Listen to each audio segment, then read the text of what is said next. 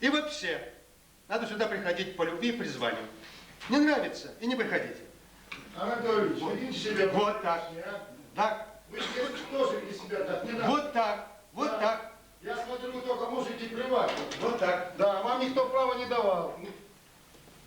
Извините, если я... Вот я вас не значит, вы тоже уважайте Извините. присутствующих. Я любого человека молча слушаю. Вот у меня такое правило. Я вас тоже молча слушаю. Вот так, не слышно было. Ну не надо мне плевать. Вот, и наконец, Чебоксарские новости, Чебоксарский курьер, городское телевидение. Ну, давайте подумаем. 80% населения это чуваши, чувашского происхождения. Где вот на передаче по телевидению городскому на чувашском языке? Где Чебоксарский курьер на чувашском языке? Куда он наделась? И, наконец, и газета.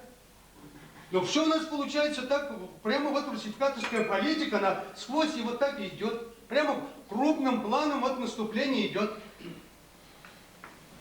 Вот это, конечно, тревожит людей. Это тревожит людей. Вот, потому что каждый чуваш в душе, он патриот своей нации, своей республики. И в этом вопросе культура определяет лицо и города, и нации, а язык, искусство, культура, история, они формируют истинного патриота, любящего свою республику, свой город. И в этом смысле потенциал Чебоксар огромен. Неиспользованных резервов предостаточно. Надо только... Не всегда деньги нужны, Анатолий Александрович, не всегда деньги нужны. Есть инициаторы, есть энтузиасты, есть, наконец, люди, которые бесплатно могут делать. Все это возможно, если ваши работники к этим вопросам будут относиться предельно внимательно в плане сотрудничества с передовой интеллигенцией чувашского народа и с национальным конгрессом. Ну, если что не так сказал, уж меня извините. Все может быть, Но мне кажется, сказанным мною, ну, 90% есть, чему можно прислушаться и взять на вооружение. Спасибо. У меня в качестве... Проверим, чувашский язык лишний или не лишний. Вот Тванзем. Эбир сиренбен нихешан да пербернян на наймастер. Призем женьковал. Пуймалый вырын. Те призем жень пурунмалый вырын. Призем жень шубашкар. Те призем жень чебоксары. Призень ылтын базырламала чергюзенетеллен. Те призень засыпушкара бурунмалла. Призень савынмала шубашкарда пер троллейбус сюрет пулзан чувашла галасса. Ыттизем он жен хуйгырмалла. Призем жен теньвал шал чолгуби. Те призем жен варман педермеллер ашчазене. Шавынбада и бир сиренбе тюррен калас пулсасын эмердеде перберне нанаймастар.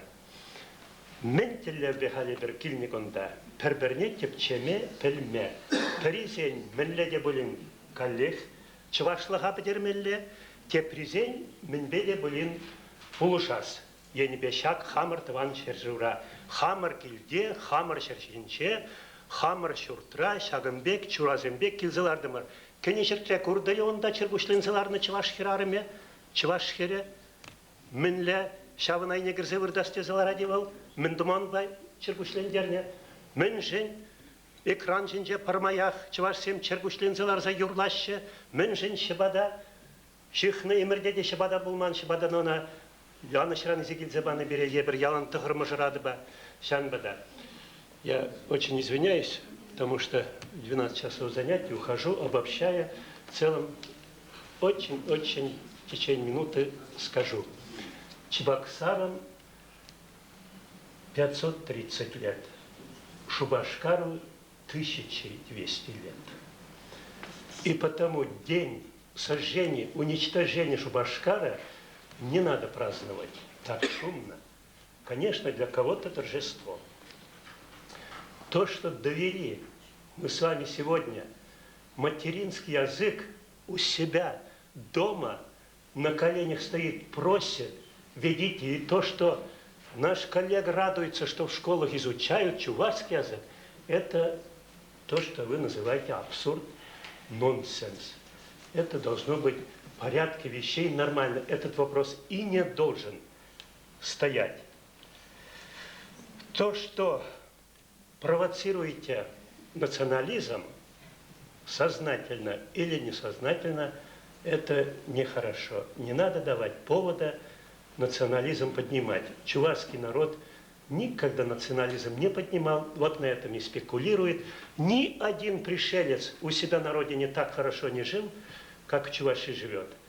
Один таскает лед по этой дороге, другой ездит. Один таскает бетон, на чувашском языке кладет кирпичи, на другом языке распределяет квартиры. Это должно быть... То есть вот это и есть нонсенс. То, что город называется Чебоксары, это как раз и есть... Обозвали мы наш город. То, что город один, уже должны хотя бы подумать, что не множество, хотя бы «и» не должно быть там этого слова. Сами все сидящие тут понимаете. Вот таких мелких вопросов у нас очень много. И как преподаватель языков, многих языков могу сказать, переводить с языка на язык нельзя. Не надо класть в основу русский язык, когда переводить надо остановки. Как чуваши говорят, так и писать надо. Зачем давать переводить задание? У каждого народа свои понятия есть. Пусть он излагает на своем родном материнском языке. Я спасибо за те ценные идеи, мысли, которые вы высказали. Но я понял сразу, что у вас правило лучше оборона-атака, так 20 минут по-горбачевски нас отругали, но мы не заслуживаем этого. Мы не заслуживаем. Мы печемся, ни против кого не работаем. Мы печемся только о своем родном языке. Ни одного слова ни против русских, ни против татар, ни против евреев мы не поднимали и не будем. Потому, я считаю, мы благородным делом занимаемся. Спасибо, я извиняюсь, потому что занятия. Студенты лучше... Позвольте, я вам один вопрос задам. Давай. Вы усмотрели в том, что я пригласил сегодня к конструктивному разговору, что я разжигаю национализм в городе? Только это вы могли усмотреть? Этот вопрос поднимать вообще нельзя. А кто его поднимает? Слово национализм произносить нельзя. А как вы даете оценку тогда вот чувашский язык отличный? Это что считаете? Это нормально, эта самая фраза? О национальном вопросе лучше, то есть о национализме. Самый лучший, вы о каком национализме говорите? О русском, еврейском, чувашском? Вы мне бросили, я слово такое национализм не сказал, это вы мне бросили. А вот говорите вы, я не дам раскачать лодку национализма здесь. Национализма здесь искать. Их давно перестреляли. Националистов давно. Их нет в Чувашии, не найдете. И глупо ищите. Ну, то есть, давайте так. Патриоты есть. Патриоты есть. То есть вы согласны сегодня вот с той публикацией, которая сегодня есть в городе? Я вам членораздельно сказал, то, что поднимаем этот вопрос, изучать, не изучать чувашский язык, то, что его сокращать, не сокращать, это нонсенс, как раз и есть абсурд.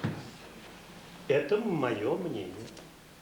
Я подхожу с общечеловеческих ценностей. Нигде в цивилизованном мире так не стоит. Я хотя понимаю, в президентской стране словом демократии нельзя пользоваться. Демократии быть не может. Это я знаю. Да, здесь всегда был диктатор, диктует он. Вот потому я считаю, что вопрос этот, то, что поднимаете, как раз говорит о том, что ситуация очень плохая. Спасибо, Алексей. Спасибо вам. Так, ну у нас, кроме представителей президиума или делегации ЧНК, кто? Главный редактор газеты «Хыбар». Ну и у нас 5 изданий вообще на чувашском языке. Прогресс, как сказать, на ниве печати прессы мы как-то заимели, благодаря, может быть, нашей инициативе, может, даже благодаря, в основном, закону языка. Я что хотел бы сказать, буквально несколько слов, штрихи, что ли, выступления Анатолия Александровича, вот, уважаемый профессор Иванов, уважаемый, кстати говоря, не только у нас в Чувашии, уважаемый всем миром, поскольку очень большой специалист по германистике, в Германии его всяк преподаватель знает, всяк студент, филолог и не только. И поэтому, Анатолий Ильич тоже боль души он выразил. Потом Борис Тихонович, Леонтьевич Тихонов, то же самое, поскольку вот реакция Акала наших, что они сказали, это все можно воспринимать душой или сердцем, или вообще можно не воспринимать, но однако же они очень большие специалисты. Мне, Анатолий Александрович, как-то вот неприятно, что ли, я прошу прощения, конечно, за это слово, вот никто из ваших специалистов, никто не конспектирует, не пишет, не сценографирует, что мы говорим. Можете? Я прошу прощения тогда, я извиняюсь. Я извиняюсь. Извините, пожалуйста. Ага. Ну, что бы хотел сказать, Анатолий Александрович, вы во многом правы. Например, город мне сейчас очень нравится, во многом. Оформление города там, скажем, Манушу Башкаром есть, вот, когда мы заезжаем в город СССР на Караша. Потом было такое же у нас панно было со стороны Ядрина, сейчас почему-то исчез. Может быть, некрасиво было. То есть прогресс очень много чувствуется уже. Говорил Анатолий Ильич о том, что у нас было когда-то один преподаватель чувашского языка, сейчас 400. Конечно, прогресс. Это надо, конечно, благодарить вас. До вас кто-то работал, может быть, их надо благодарить. Но я не приемлю вот некоторых выражений, типа того, что вот разжигание национализма и так далее. Это, нет этого, Александр Ильич. Нет, никто не разжигает. Никто не разжигает. Видимо, тут причина того, что мы сейчас собрались, тех публикаций, видимо, в одном все же. Управление образования, по-моему, так называется, да? Как-то не совсем правильно работает, ведет свою деятельность, работает с прессой, может быть. Вот один был у нас пример. Мой корреспондент, я поручил корреспонденту, значит, встретиться именно с начальником управления, не с каким-нибудь клерком, именно по этому вопросу. Однако же начальник управления моего корреспондента не принял. Почему не принял, я не знаю. То ли был очень занят, то ли был в командировке, можно было назначить встречу. Это раз. Ну, конечно, я корреспондент сказал, ни с кем не надо встречаться с клерками, поскольку они, как сказать, уполномочены этим заниматься. Мы хотели именно газете «Хыбар», так сказать, осветить, что скажет начальник управления по этому поводу, по сокращению специалистов.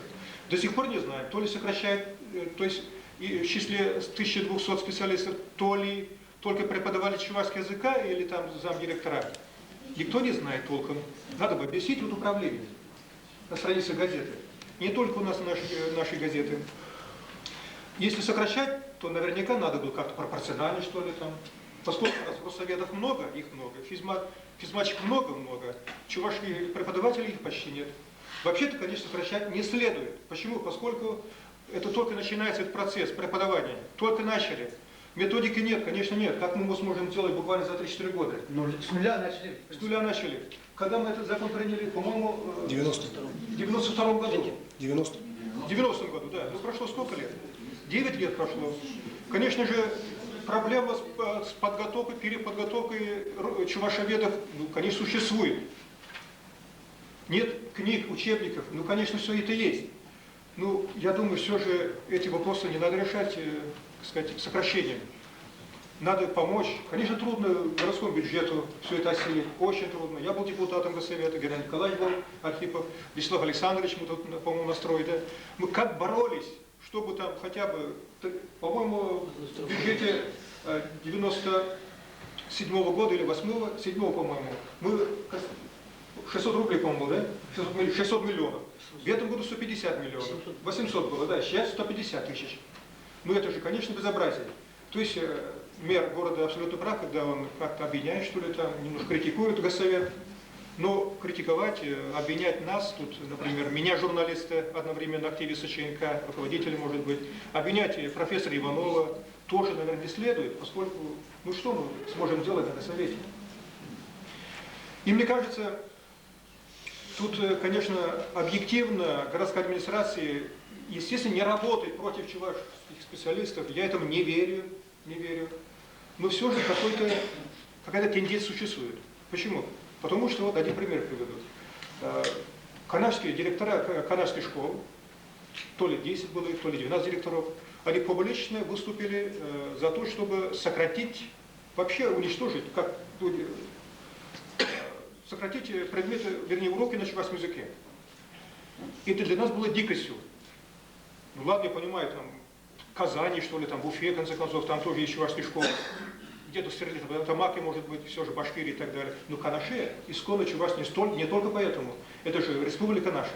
И вот директора выступают за это дело. Именно директора. Это уникальный случай был. Я не знаю, может, Минобразование не знаю, не в курсе дела был, не знаю там. Но тем не менее, мы, конечно же, сразу выступили. По-моему, после этого, сейчас как ситуацию не знаю, надо, конечно, изучить. И поэтому, Анатолий Александрович, наверное, на откуп лишь давать директорам вопрос не следует. Конечно, самоуправление там не связано с государственным органом и так далее. Тем не менее, я думаю, городская администрация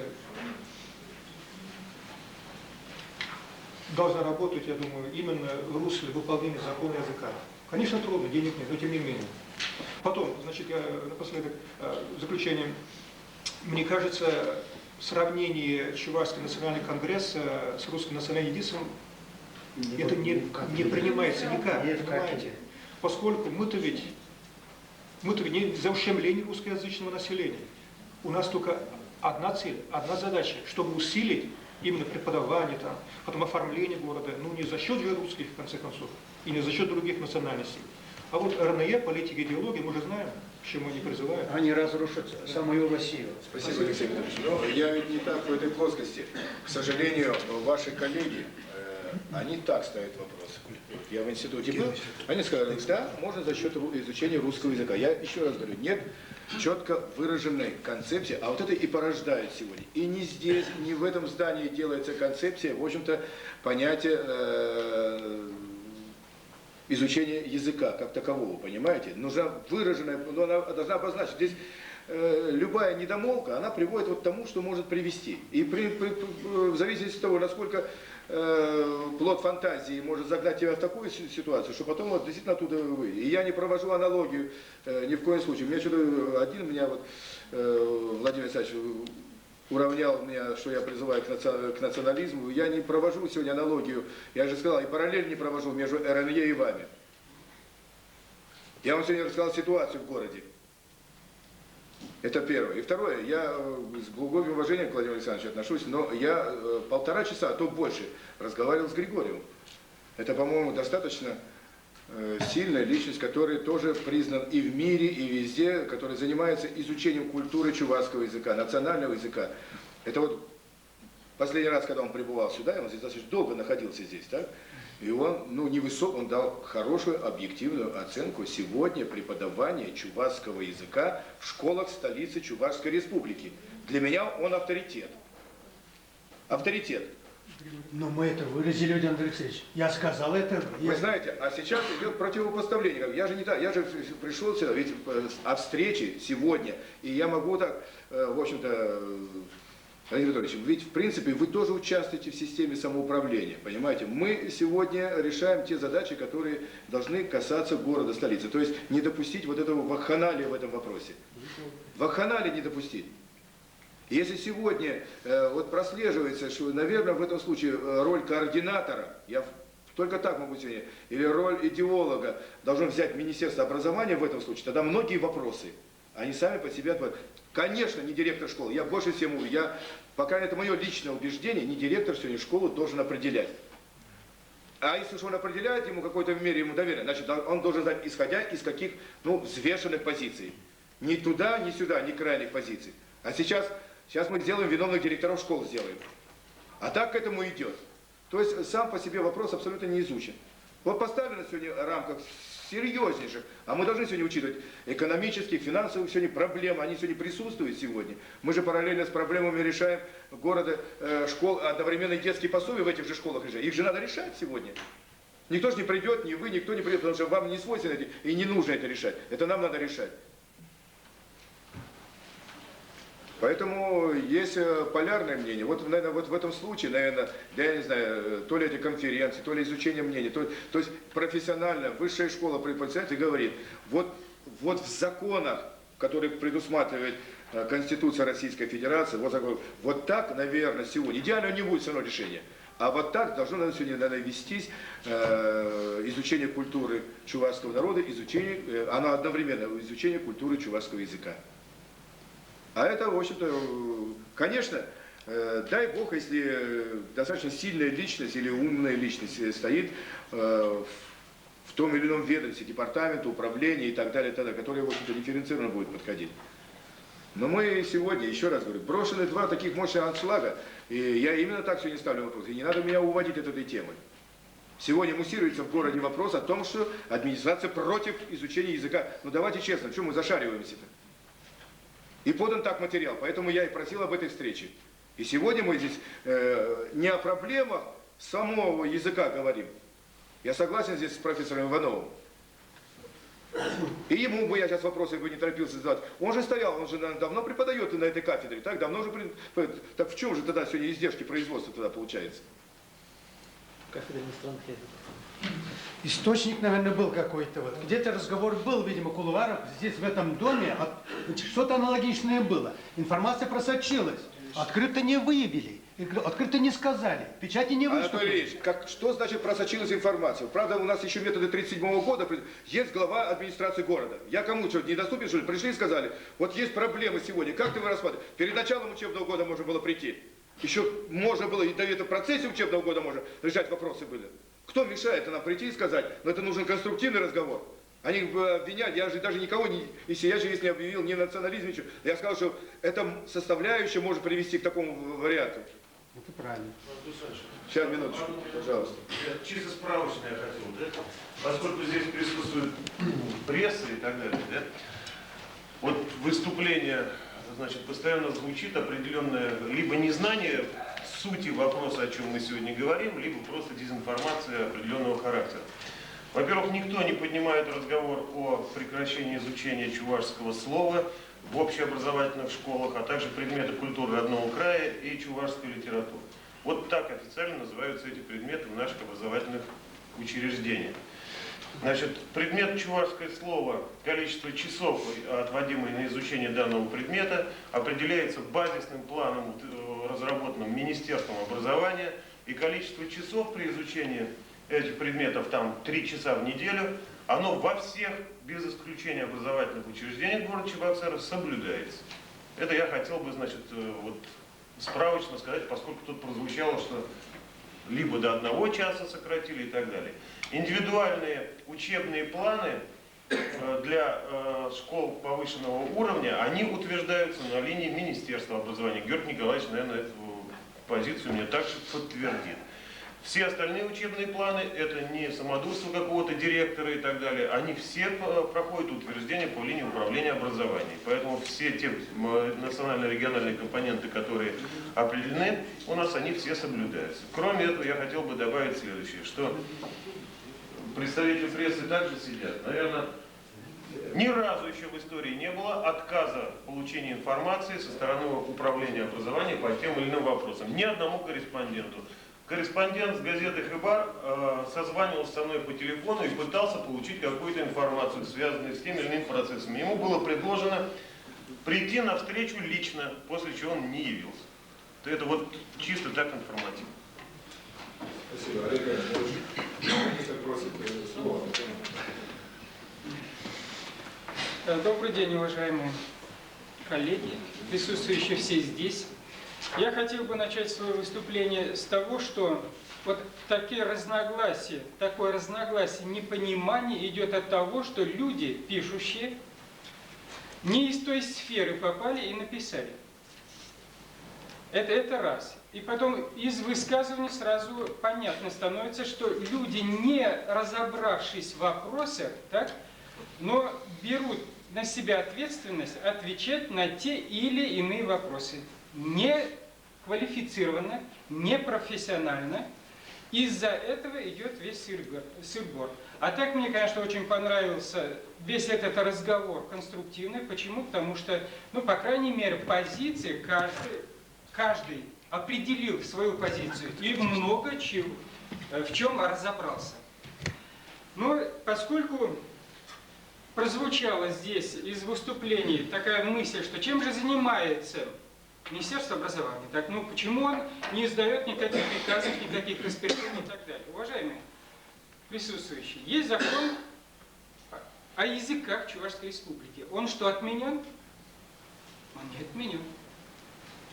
Вот упредил меня здесь начальник управления образования, он четко сказал о том, что в все положения и законы при выполнении национально-регионального компонента учебного плана он выполняется в столице, выполняется в других городах, выполняется в сельской местности. Вопрос другой. На каком уровне качества выполняется?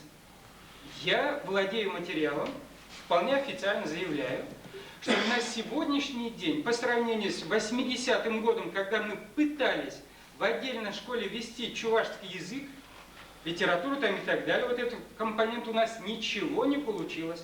Я первый экспериментатор оказался, Счетчиков был министром, я в 30 лет в школе, мне было дано задание открыть чувашский класс. Я тогда родителей по национальности чувашей убедить, к моему стыду, не мог. Для того, чтобы определить их детем чувашский класс. На сегодняшний день учебные планы тоже многие не понимают. И даже сидящие здесь, вы меня извините, как составляется, как утверждается учебный план. Учебный план не только исходит из министерства, в конечном счете доходит до министерства, в конечном счете. Разрабатывается в рамках образовательного учреждения, потом территориальное управление образования, потом начальник управления и потом Министерство образования. Если там что-то будет нарушено, министерство, естественно, не пропустит это и не добьется. Стеной, горой будем стоять и не допустим нарушений. Теперь относительно вот того вопроса, но мне позвонили, что национальная политика, что-то вот совещание вот такое вот проводится, я бегом сюда прибежал. Так думаю, что такое? Ага.